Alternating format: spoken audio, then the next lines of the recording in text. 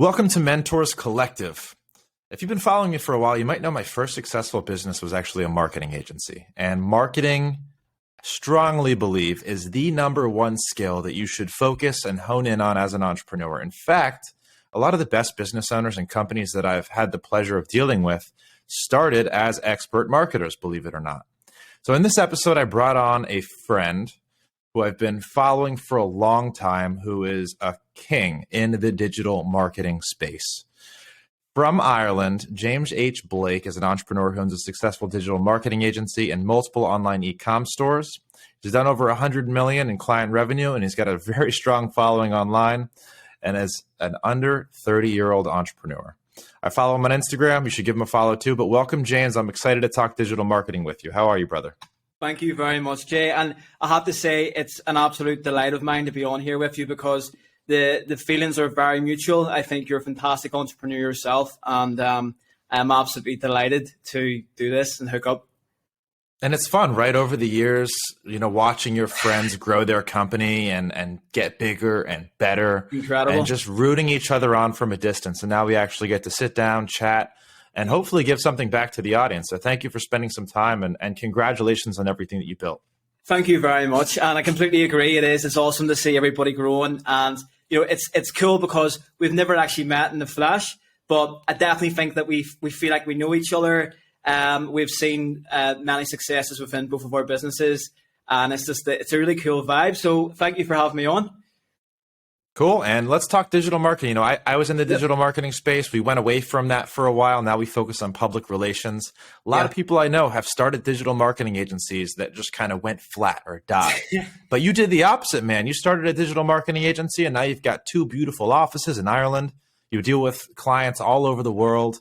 Yeah. So what's your story, brother? Like, where did you come from? How did you learn this? How did you build this? Yeah. So I suppose I'll take it right back to the start, and that'll give the listeners a bit of an idea of who I am and what drove me with the business. So I grew up in Lisburn, Northern Ireland. I come from a working class family, and I don't know if the terminology would be the same in the States, but that means that not that we were totally broke, but we just didn't have like a lot of money or a lot of opportunity. I sort of was your typical entrepreneur. From no age, I was buying and selling stuff.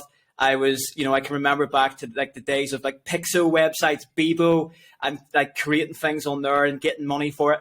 And I just sort of, from my background, Jay, like I had no other option but to make things happen for myself. I wasn't an amazing student. There was numerous things that I had to deal with at home. I grew up with a severely disabled brother who I helped care for. And a lot of these things that were extremely challenging for me as a young person have made me into the sort of resilient person that I am, which is obviously a super important characteristic of an entrepreneur. So, going through all of those stages, going through life, I totally fell in love with marketing and digital. My first proper business, and when I say proper, it was probably because it was making a bit of money, like proper money, was when I was 16. I set up an online fitness business. I qualified in fitness qualifications, and I actually hooked in a couple of other personal trainers, and I was selling plans online. These guys were creating the plans. I was selling them. I could see the scalability with it. And this is before like there was lots of online fitness coaches and stuff like that. So that was pretty cool. But very fast, like I learned that the marketing side of things and the sales and growth and scalability was something that I'm totally obsessed with. And, I've got massive aspirations, and digital is just so powerful for that, as you'll know. So fast forward a number of years, I worked in different companies. I learned my sort of trade. I worked for Google Premier Partners. I worked in some shitty jobs as well to save up a bit of money. I worked in like call centers and stuff like that, like just doing whatever I had to do to make things happen. I ended up working for the Google Premier Partner, got headhunted, worked for a digital agency that were 10 years established. That was pretty cool, but I learned a lot from them in terms of what not to do, which was interesting. And then I left there. I didn't get my profit share. I didn't get anything that I was supposed to get. I was only 22. I was a director there. And I left. I set up Vendicta with £500 in my pocket. That was all I had. At this point, I'd moved back with my parents and all this kind of stuff, the typical entrepreneur story. And literally just 16, 18-hour days, doing whatever it took, banging the phones, selling websites before we even had our own, and literally just doing whatever it took. And we've scaled so much since then. As you said in the intro, we've done over 100 million for clients in revenue. Our own revenue as a business has tripled and quadrupled every single year that we have been in business, which is awesome. And our team has expanded and our services have expanded. So yeah, it's a pretty sort of like rags to riches kind of thing. But in my mind, we are literally just getting started. And I say this to my team all the time, like every day we hit that reset button and we're back on it. I love it. And for everyone listening, like that's such a true, raw entrepreneur story, the resilience, the hardships that you faced early on, and then just grinding from one opportunity to the next. And then, man, when you start an agency for your first time, really not knowing what you're doing, trying to prove to clients that you're trustworthy, that you have some authority, it's so hard. And totally. you know, as an agency owner myself, how did you attract some of those first clients? Yeah, and convince them to trust you. Totally. I mean, especially at the start, because, you know, I'm 28 now and I was 23 when I launched the business, and I have a baby face as it is. You know, I don't have a beard or anything. So some people might say I look quite young. And whenever I started the business, I was a 23-year-old kid. You know, I'm walking in, I've got the suits on, I'm trying to look a bit older. But it came down to a point where, like, you know, I was going into meetings at that age, and I can remember one time going into a meeting and the guy was like, "Who the hell are you, kid?" And I was like, "I'm James. I spoke to you on the phone." And he was like, No. Where's your boss? Where's your boss? You know, so like you had all of those kind of challenges aside from the struggles of actually building an agency. There was also the aspect of being very young and things like that. But, you know, I'm a firm believer in, Jay, that if you are delivering a really good service and you are willing to do whatever it takes to make what you're doing a success, it's inevitable that you'll succeed. It might take slightly longer. It might have took me slightly longer than it would have took a kid that had rich parents that just bankrolled things, or it's maybe taken me longer than somebody who maybe grew up with more opportunities. But the way I see it is, the things that, you know, I struggled with, the adversities, starting off a business with no money, all that kind of stuff, taught me so much more than I could ever have learned in any other circumstance. So it kind of became a superpower, and I used that. And at the very start, I sold on my story. So I decided that, look, I'm young, I'm a kid, I'm coming into this market, I'm going after the big stuff. I don't want to, you know, fuck around with small stuff. I want to be serious about this. I want to make some money, and I want to build a proper base of a business. And to do that, I knew that I had to do something slightly different. So I sold on my story, and I dealt with the people directly myself. And I told them about my background, told them what I've achieved, what I'm going to do. Thankfully, lots of people believed in me. They gave me the shot with their accounts, and we done very well. And we just scaled that up. We luckily picked up a couple of celebrity customers at the start as well, which was cool. That brought us into mainland England, like London and areas like this. We picked up a very big client in the States, who are actually $1 billion company, like insanely just through Instagram. Their marketing girl contacted me direct, like gained the power of Instagram. And we never looked back, and we just continued to scale. And I'm so grateful and blessed to be in the position that we're in right now. And as I say, the plans that we have for growth as a business are astronomical, and we will achieve it. And it's funny, once you get through that first phase of like, you can trust us, like, let us prove ourselves, let's do good work. It really just keeps growing from there. Now you're at a point where you've got case studies, you've got references, you've got offices and pictures and videos. And now the sky's the limit. So really, for the entrepreneurs listening, getting through that first few months, that first few years even, is the hardest part. And getting past all of your limiting beliefs are what's going to enable you to do that. Absolutely. And it sounds like your limiting belief was, you know, I'm a 23-year-old kid who's going to trust me. Yeah, I mean, there was loads, Jay. You know, like I grew up from a working class background. I sucked in school. You know, I was a fantastic athlete, and I was always very good at things that I loved to do. What was your sport? Football, soccer. Cool. Yeah. So I played at quite a decent level. I also sprinted as well. So I was pretty fast guy. I'd say I'm still pretty fast, actually. But yeah, so like, things that I was passionate about, I was all in on, obsessed with it. And I'm just like that today. And I feel like a lot of entrepreneurs share that trait. So whenever you look on paper and you see shit student, grew up from this kind of background, X, Y, and Z, had this challenge. A lot of people would maybe write themselves off before actually thinking about those things, reverse engineering them and going, hold on a second, this actually makes me a tough motherfucker. And it means that I can achieve things that other people potentially will break at. And that is so important. It's all about resilience. 100%. And I wonder if I was a professional athlete too, all through That's right. Yeah. And a high school, college. I wonder if there's some synergy there between people who play at an elite level in sports and entrepreneurship. I'm sure it does. Because, right, we learn work ethic. We learn defeat at such a young age, and it chisels you into this harder, more resilient entrepreneur, more resilient human being. That's really interesting. Totally. I agree. I think that they both share like similar traits, don't they? Like you have to be committed, you have to be dedicated, you have to take the losses whilst you take the wins, and you have to remain humble, but also you need to be extremely confident and looking forward to the future. So they're very similar. Yeah. Now let's jump in and talk a little bit about digital marketing, because I'm currently kind of the sitting chief marketing officer at Otter PR. I love marketing. I'm deep in the weeds every day. I've hired digital marketing agencies. I've ran one. Yeah. Now like building my own little marketing team. And it's really important for entrepreneurs to understand this field, right?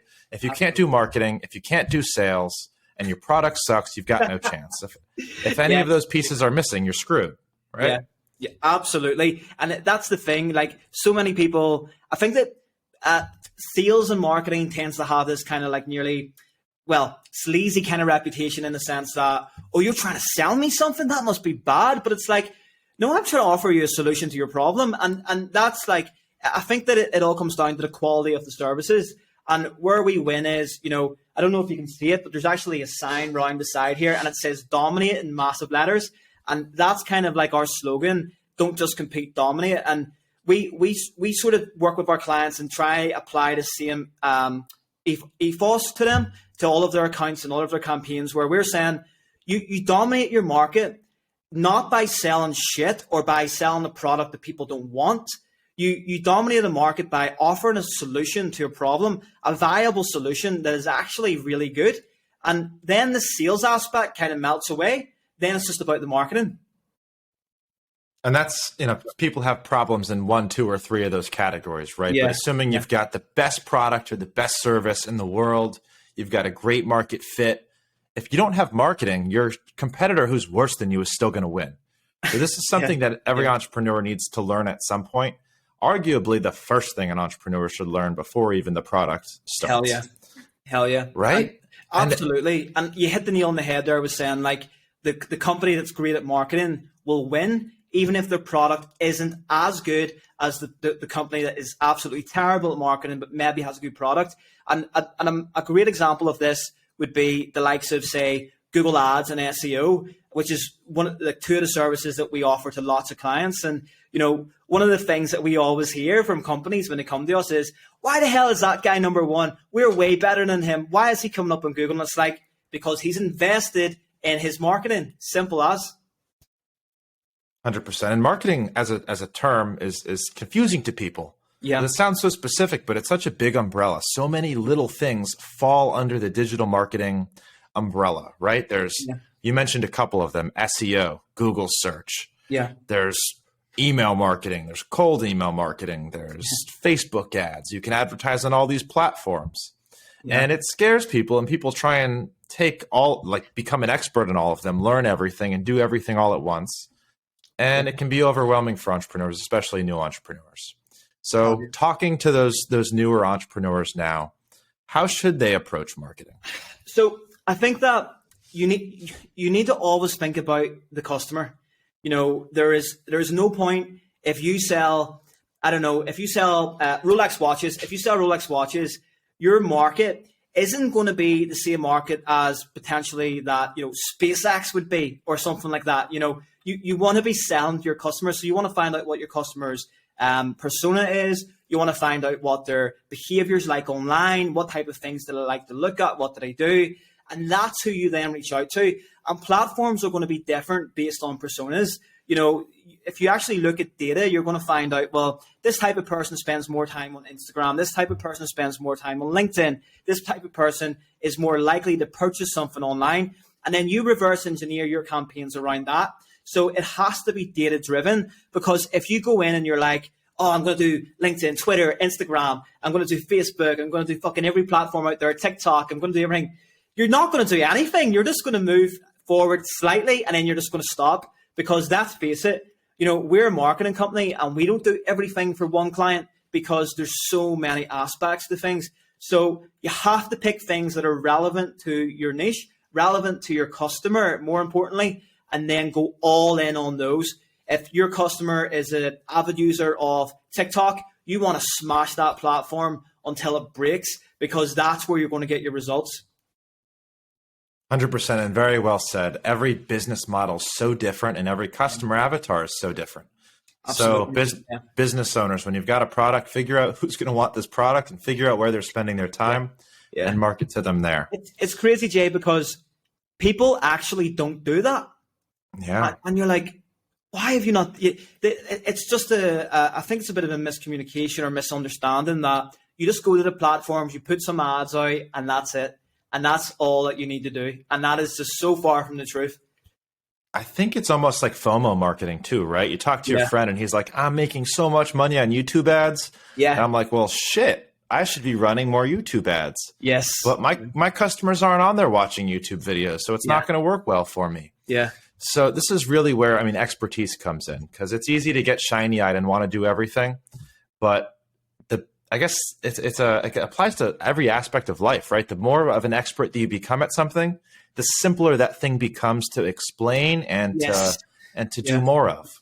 Absolutely. And it's like, for example, Cristiano Ronaldo, who I have massive admiration for as one of the world's, leading sports people. Like, I'm sure that guy isn't putting in the same amount of training to tennis and squash as he is to football. You have to go all in on what you want to achieve greatness at. And as you say, it's applicable to everything, isn't it? It's relationships. You have to be all in on one person.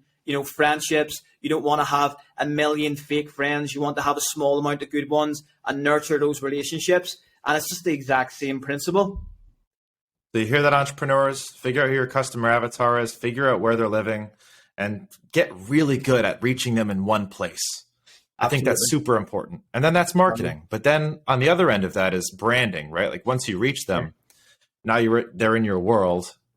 Yeah. What makes the purchase? What is branding, and how can you build a great brand that people can trust and remember? Yeah, I think that's an awesome question, because again, this is something that's so often overlooked. And as you said at the start, Jay, I have built multiple e-commerce businesses, and a lot of them have been very successful in their niche areas. And to give you an example, there's probably one that you've seen, because I've done a little bit of promotion. I typically don't promote them, but there was one that I had promoted for electric scooters, so e-scooters and stuff.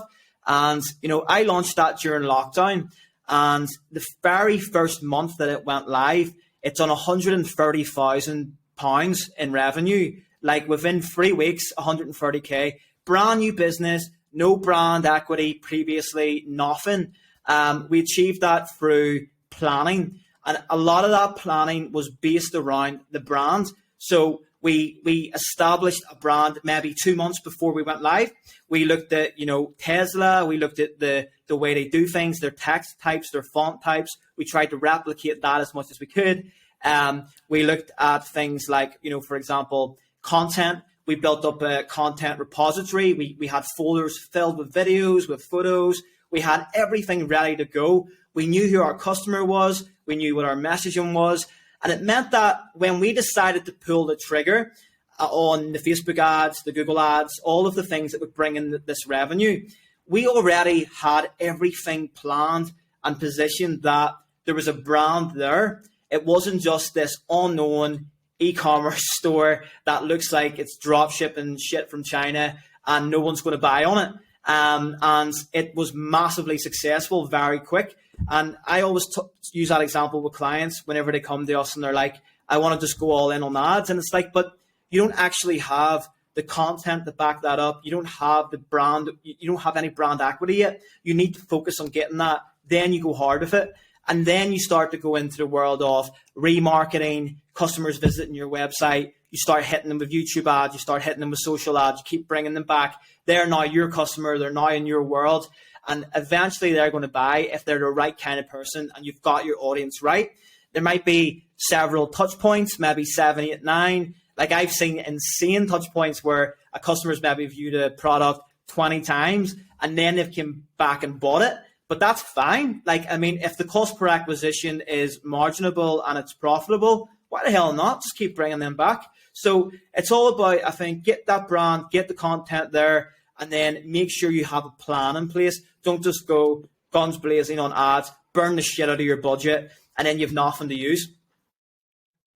And it's funny, right? Because you're now an expert in marketing. You've got this whole team behind you. So you're like, hell, I want to launch an electric scooter company. Of course it's going to be successful because you know how to sell that thing. You know how to market it. You know how to run ads to it. You know how to build a brand. Yeah. And there's so many pieces that people overlook that go into that. You know, like you said, the logo, the fonts that people don't even think about.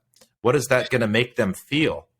The ad copy. I mean, there's so many layers to selling something, taking something from Alibaba, AliExpress to a Shopify store and making it work. And so many people think that they can just copy and paste. Start a drop shipping store and get rich. Yeah, it doesn't work that way, guys. You have to do a wee bit of work. Yeah, you have to do a little bit of work. If you're not an expert marketer, it's not. And people on TikTok and YouTube make it sound so easy that anyone can just. It's crazy. And it's like selling a pipe dream in a sense. And I think that, you know, yes, there's elements to it that you can get systems in place and you can get structures and blueprints and things that you can replicate. But at the end of the day, when you're starting off, you still have to put the work in. You have to do it. 100%. There's no plug and play and then go sit on a beach. No. Let's talk about. It doesn't exist.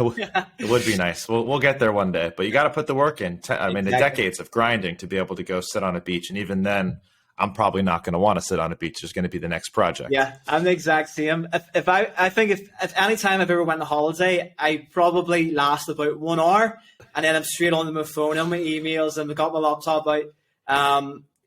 It's for people like us, it's just part of your lifestyle, isn't it? It is. It's a healthy, unhealthy addiction, but I'm with you. Yeah. Hell yeah. Yeah. All right. So you got your finger on the pulse of digital marketing. You're talking to clients every day. You're operating on all of these ad platforms, figuring out essentially how you can make them the most money. And to do that, you need to know your shit. You need to know the digital marketing space. Yeah. Talk to me about some trends that you've seen emerge, I guess, over the past couple of years. Where are people having the most success? One in B2C sales, e-commerce, and then I would also love to talk about B2B if you do any of that. Yeah, cool. So I think, obviously there's little things that come and then they go, and Clubhouse is a massive example of this. And what were your thoughts on Clubhouse? Just quickly, I just want to out of interest. So I think I've thought the same as you, and I think I know where you're going with this. When it first emerged, I kept getting invited to come do these talks, and then invited to come listen to talks. And I just wasn't hooked. They didn't have my attention. The app never was able to get me coming back. I wasn't staying on the talks. And just from that consumer standpoint alone, I'm like, unless they figure something out, this is not going to work. Yeah, it's funny you say that because I was the exact same. And, the first time I went on that app, like I was in some sort of room, I was waiting. And I time is super precious for people that are performing at a high level. And you're sitting there and you're listening to somebody, with the greatest respect. Some people were talking rubbish and stupid stories and things like this that weren't relevant. And you're sitting there and I'm clock watching thinking, hold on, 5 minutes has just passed by. I haven't even got a chance to put any input in here yet. And I don't think I'm even going to bother waiting. So I'm out. And I never took to it because of that reason. I just think that people that are, high performers, super successful, I understand the networking element of it. I understood all that. But I think that the people that you actually want to be communicating with, people like yourself, you're very busy. And I think that's the thing. Like, you're not going to get these people hanging around on these apps, or eventually they're going to leave. So I kind of, from day one, knew Clubhouse wouldn't work. And lo and behold, it hasn't. But I think that emerged, and that was a bit of a like trend that kind of took people's attention, the audio side of things. And obviously you've got Twitter integrating stuff like that now and things too. But, you know, I definitely think if I had to pick something overall, Jay, it would have to be visually led content in terms of like video and immersive stuff like that, because video has obviously always been kicking about. It's always been there. TV advertising, you know, cinema advertising, like billboards to a certain extent, digital billboards, things like that, visually appealing things, even for B2B as well, but more especially B2C, because people like to see things, they like to visualize things. And, you know, we have had in the last sort of 2 years, so 2 years ago, I brought on a guy called Ryan into my team, and he was a freelance videographer, extremely talented guy, loved his stuff. We've done a bit of stuff with some clients. And then I was like, we need our own video department, because the amount of content that we require for clients is astronomical.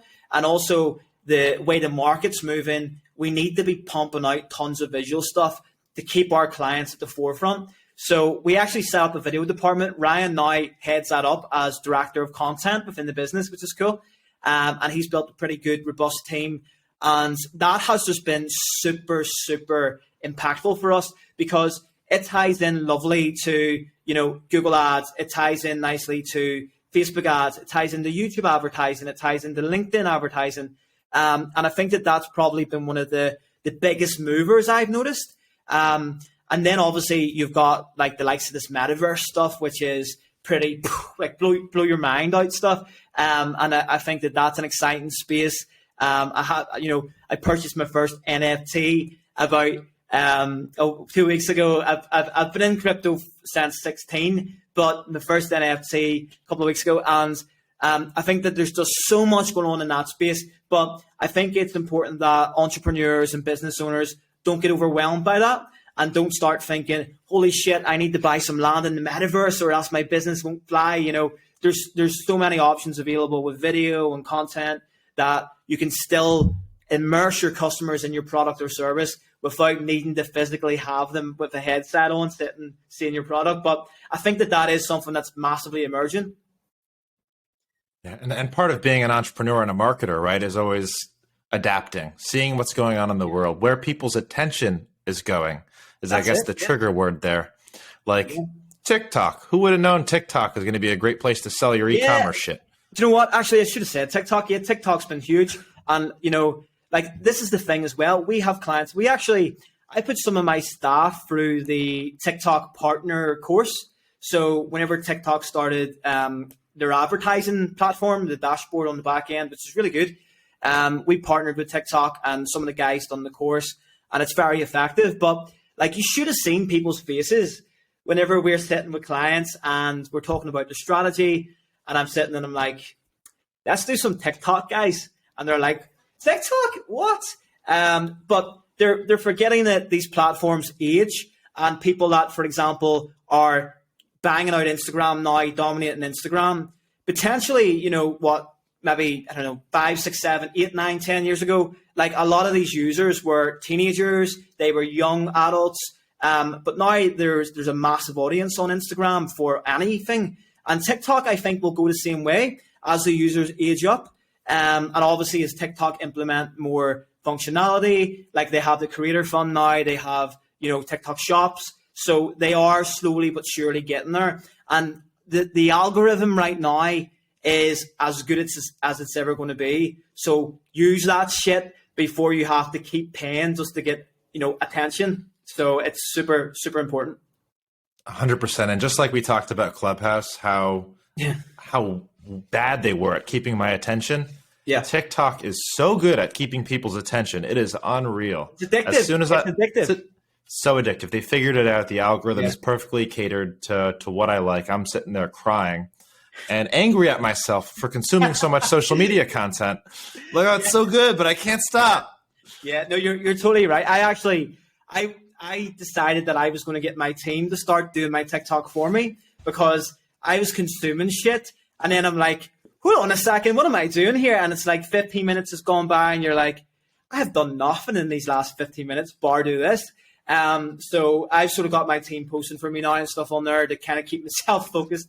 But totally, it's a beast of a platform. I think it actually overtook Google as the most visited website on the planet just after Christmas, didn't it? So that's pretty cool.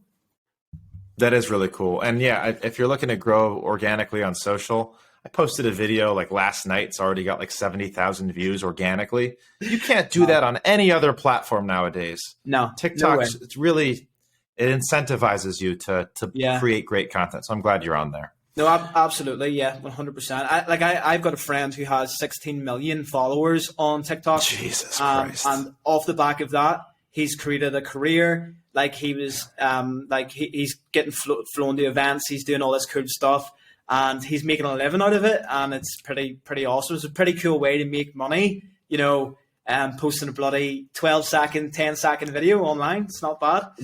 The coolest way. Everyone wants to be a professional influencer. Yeah. It's funny. If you ask, I think there was a poll, and ages 12 and under, their number one job that they wanted more than anything in the world when they grew up was to be a YouTuber. Really cool. Okay. Yeah, it's crazy. It's down from like doctor and astronaut. Now they all want to be YouTubers. But I get it. I mean, shit, I kind of want to be a travel blogger, YouTuber too, if I had the choice. Yeah, absolutely. I mean, I suppose it's kind of like, I think like entrepreneurs became like the new rock stars for a while there. Mm-hmm. And like entrepreneurship was the hot topic. And then it's like influencers and shit like that. But do you know what? I think everything comes with its work, doesn't it? Everything requires work. If you want to be a YouTuber, you might need to bang out 500 videos before you get that video that pops. It's just, it is what it is. 100%. All right, brother, let's talk a little bit about companies that are relatively new and don't want to take on the responsibilities of building their own internal marketing departments or becoming a master themselves. Yeah. For companies who are looking to hire a marketing firm, what does that look like? When you onboard a new client, what kind of money should they be doing? Who should be thinking about bringing on a marketing agency? Yeah. And what kind of numbers and things should they be looking at to make that decision?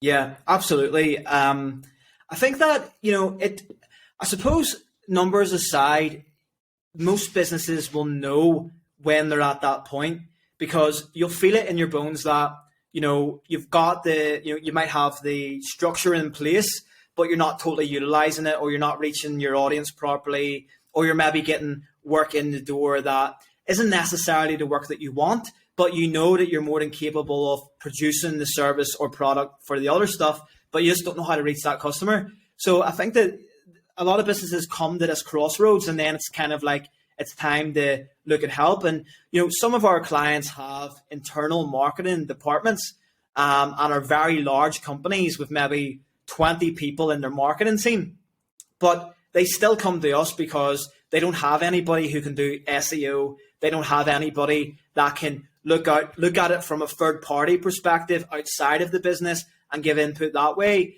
And that's always pretty cool to be working in these kind of situations. And then of course you've got the small businesses that will come to us. And sometimes and you know what, in fact, a lot of the time, we actually ends up having to say to smaller businesses, guys, maybe right now you should probably wait until you have a certain amount of budget before you actually go to market. Because if you're going to go to market, you want to do it right and you want to give it a healthy budget. So if you're kind of playing in this world where you maybe only have a couple of £1,000 and once you spend that money, you're broke. I definitely think that you need to play it safer. And I'm an all-in kind of guy, but I do think that it comes to a position where you're like, so you're going to pay our retainer, plus you're going to pay your ad spend. When you actually add this up, the tangible results, even if you have a 20 times return on ad spend or something incredible like that, you're not actually going to get enough out of this for what you want. So it's managing expectations of businesses that have smaller budgets.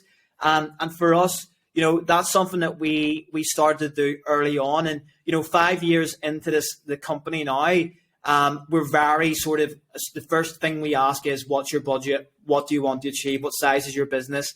And, for smaller businesses, we set up like mentoring workshops and stuff like that to help them and empower them to actually do things themselves. So there might be things that they can do, such as buy a cheap camera, get some content. There might be, basic social media structure, creating a content calendar and posting stuff periodically, creating a bit of a brand. And then once you get to a certain point where not that you feel comfortable, because you should never truly feel comfortable, but to a point where it's not going to fucking break your business to spend a few quid, then you come to a marketing company and let the professionals take over. And I think that's the point then where we jump in and we turn your 10K to 50, 60, 70, and then you keep, then the machine starts to go, and that's how you scale. But I suppose it's just different for every business, isn't it? Like, there's always going to be different points. But I think that, you'll know when it's right. I think that's the key thing. You'll know yourself, because based on your own aspirations or how big you want to get, you're going to know what type of customer you need and how many of them you're going to need, aren't you? So if you can't do it yourself, reach out to a company like ourselves, or like, Otter as well. And, definitely get the help you need. Yeah, and I think you made an important point there, and that's not to YOLO in on a vendor, on an agency. If you're at a point where you're new and you're, barely making enough to pay yourself, don't throw all your money on an agency and pray for them to make you rich. No. People come to us all the time, like, all right, like we can afford this for a month. I'm like, no, this isn't for you.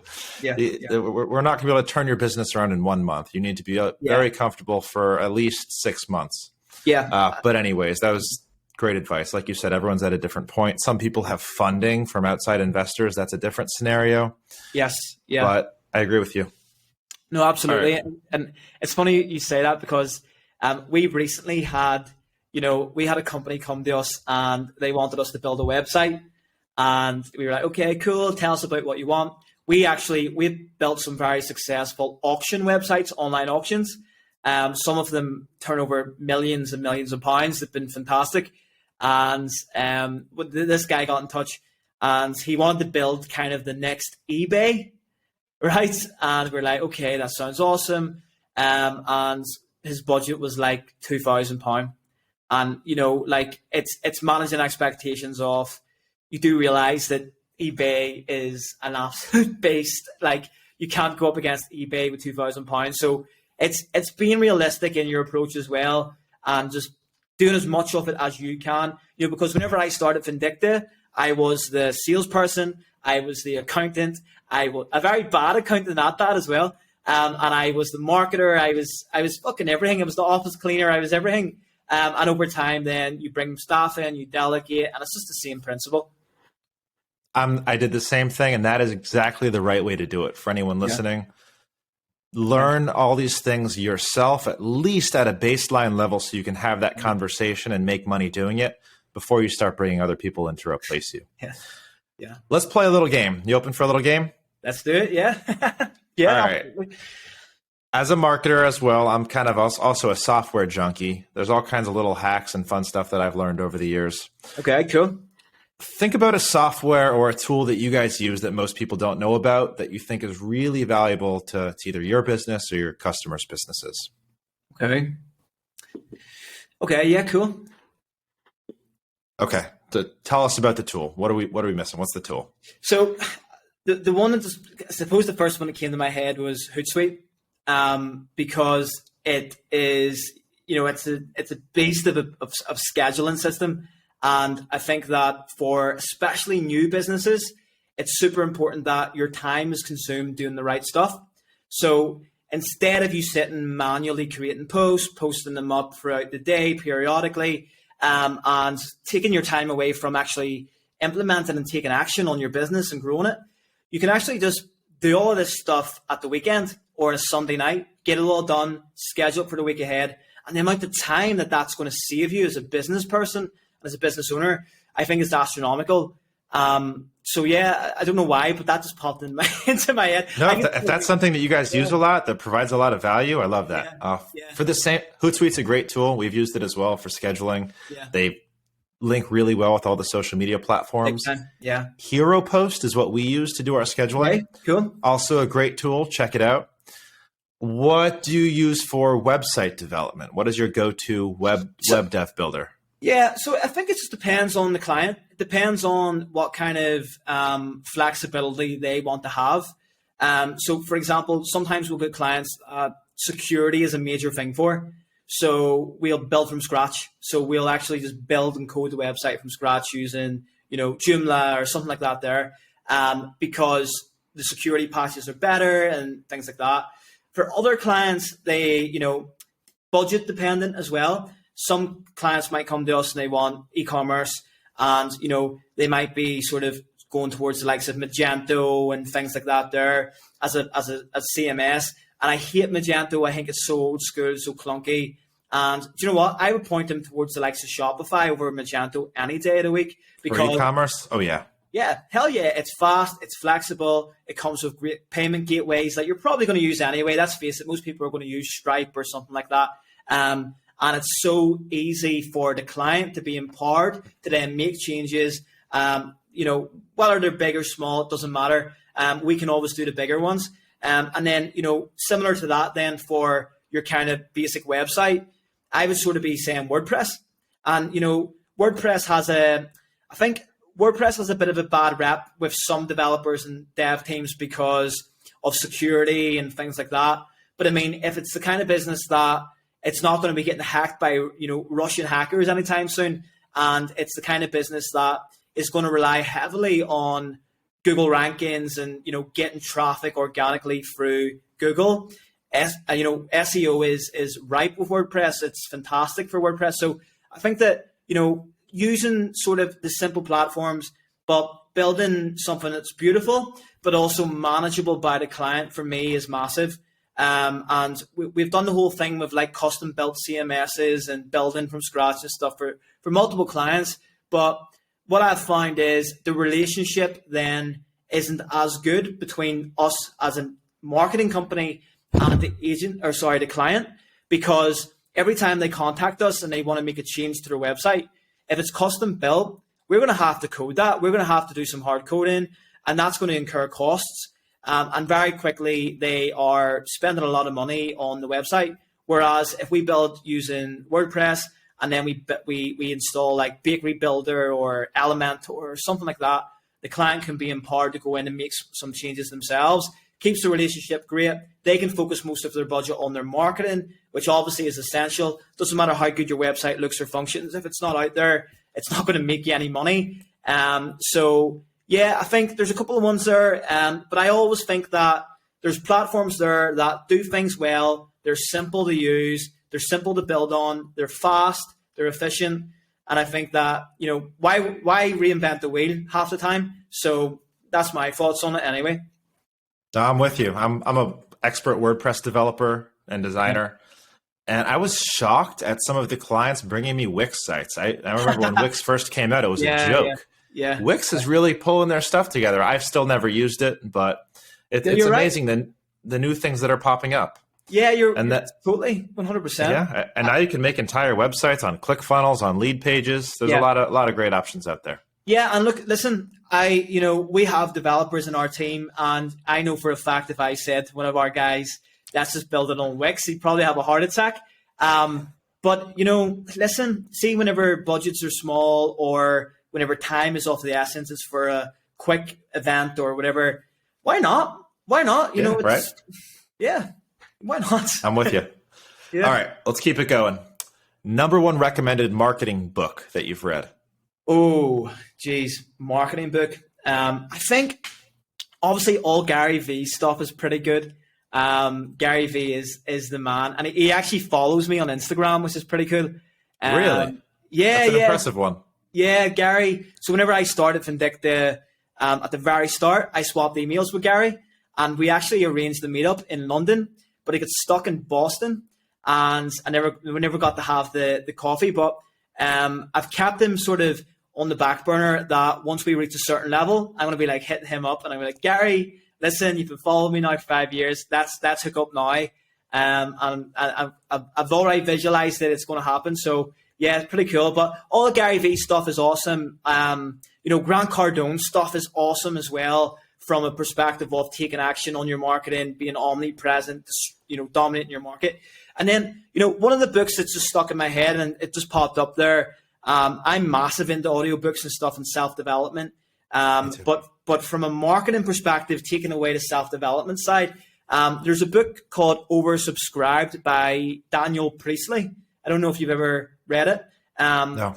but it is very good. And it helped me a lot in the early days of positioning your business as, oversubscribed to actually generate, tangible business. And I think that was massive for me. And then, 50 Cent's books are fantastic as well for marketing, because that guy is a marketing genius. And Interesting. Yeah, man, there's just so many. Like There are. Have you read the Secrets trilogy by Russell Brunson? Oh yeah, absolutely, yeah, amazing. Those books. are great too. Yeah, amazing. Those would be probably my favorite. Russell follows me. That's my. Oh, nice. he's not quite Gary Vee, but I'll take it. It's a flex. It's still a flex. It's still a flex. All right, and last question.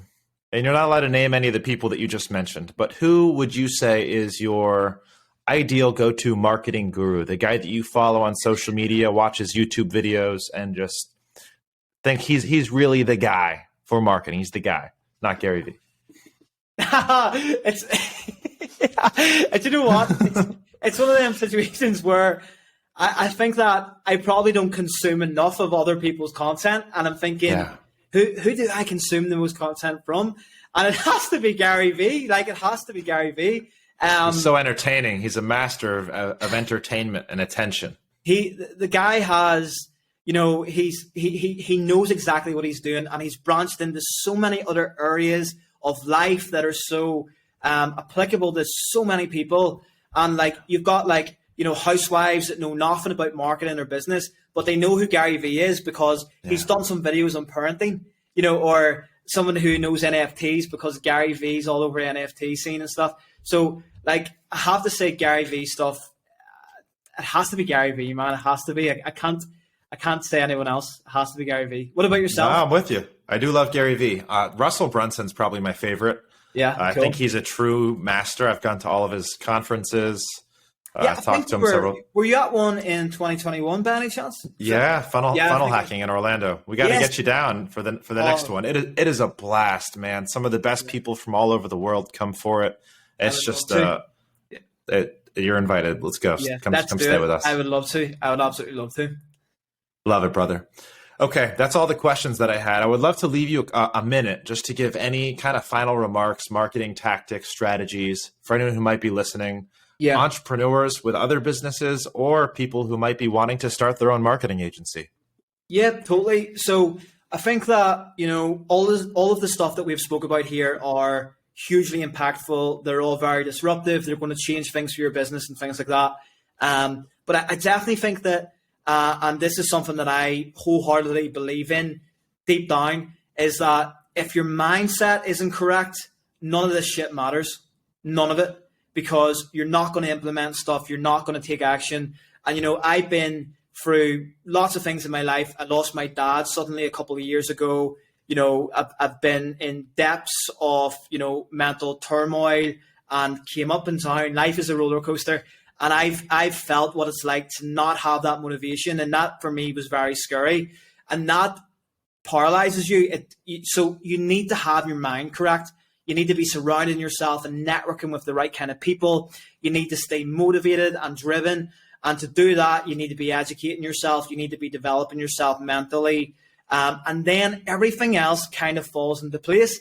And, not to sort of be too spiritual about stuff, but, if you're a believer in the law of attraction, and I think you are, Jay, and, it's a massive thing. And positive energy brings about positive outcomes. And, I think that remaining in a positive state of mindset and developing that will allow you to take action on all of these marketing principles so much more successfully and with so much more intent that things will actually happen and pay off for you. But if you're going into things and you're sort of half-assing it, or you're not fully on and you're not fully in it, you're going to struggle. So I definitely think that all of these things we talked about are super essential, but please remember that everything starts with you as an individual. regardless of anything else. So look after yourself, look after your mind, and everything else will fall into place.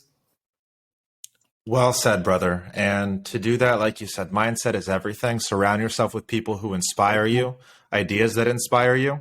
Yeah. And you're unstoppable. And guys, to do that, you follow Mr. James Blake on Instagram, because all this man does is inspire. So with that being said, brother, where's the best place to get in touch with you? Find out a little bit more about Vendicta. Where can people connect? So you can hit me up on Instagram. It's Mr. James Blake. My username on most things is Mr. James Blake. There's a lot of fakes at the minute, unfortunately. So try and get the right one.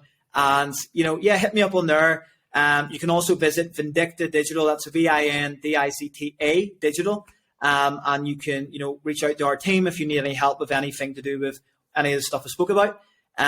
Or even just hit me up directly. And, I'm always all ears to listen to people and see, is there anything that we can do together, or any way that we or myself can be of assistance. So yeah, just hit me up, and look forward to connecting with everybody. It's awesome.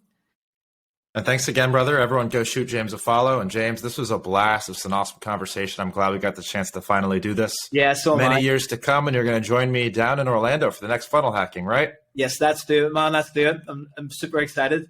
I hold you to it, brother. All right, guys, see you in the next episode of Mentors Collective. Cool.